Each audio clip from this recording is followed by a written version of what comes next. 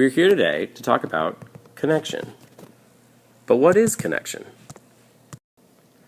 We often think of connection as the relationship we have with others. We think of the bonds of our friendships, the shared mutual understanding between ourselves and others, or the physical act of coming together. We reached out to our community and asked, what are some words you would use to describe connection? The responses were vast. Some of the most common words included relationships, mutual understanding, bond, and link. Within these responses, we saw a trend emerge. The way we perceive connection is often through our social relationships with others. How might this trend relate to an experience you have had with connection? Who are you with? How are you feeling? What were some of your emotions? For me, an experience that comes to mind was going to a memorial service where I was able to see people in my family that I had not seen for years, and even some I have never met before. To cope with my grief in that moment, I was holding hands with them and crying with them. I was seeking out comfort from the others around me who shared love for the same person we all had lost. The emotions we all felt from losing this person was accompanied by the connection of our love. We all shared this mutual bond. Throughout our experiences in life, why might we seek this connection? We seek connection for different reasons. It could be to help us make sense of a certain situation. It could be to feel a sense of belonging. Or it could be to help validate and better understand our own beliefs and values.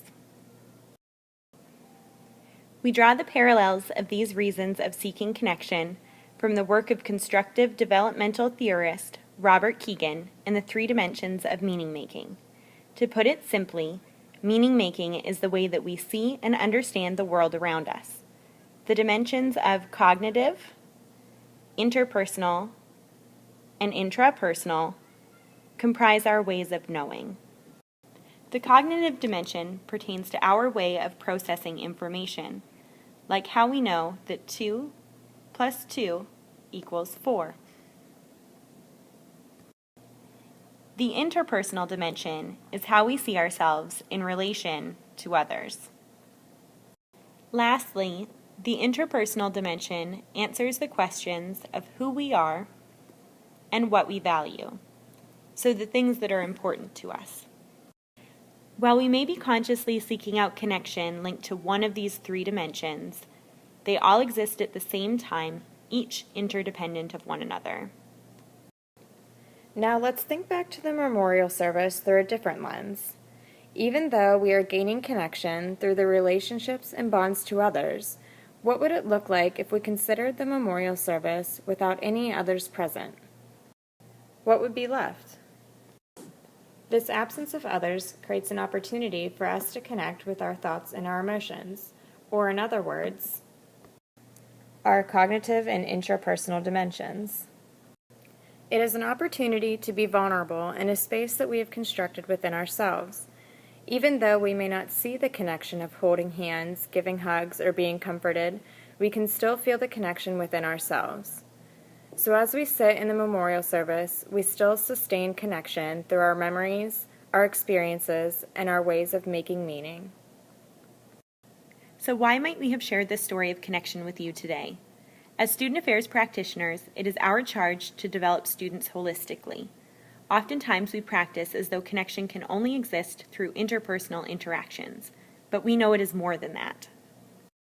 What if our focus was on providing opportunities for our students that challenge them to look within to discover their connection to themselves? This can be incorporated into our practice by creating an environment that encourages students to engage in reflection, as well as creating relationships that promote open and honest dialogue with their peers as well as professionals. Through this environment, we are providing our students with opportunities to connect to their cognitive and intrapersonal ways of making meaning. We give them the ability to see connection as something that exists within themselves as well as in relation to others. We also allow them to see that connection exists beyond their social relationships. When working with students, it is important for us to remember that students are making connections in a lot of different ways, and not just through their social engagements. Whether we are planning an event or in a one-on-one meeting with a student, we should encourage students to continue to connect, not only with their peers, but making sure that they are taking time to look at themselves.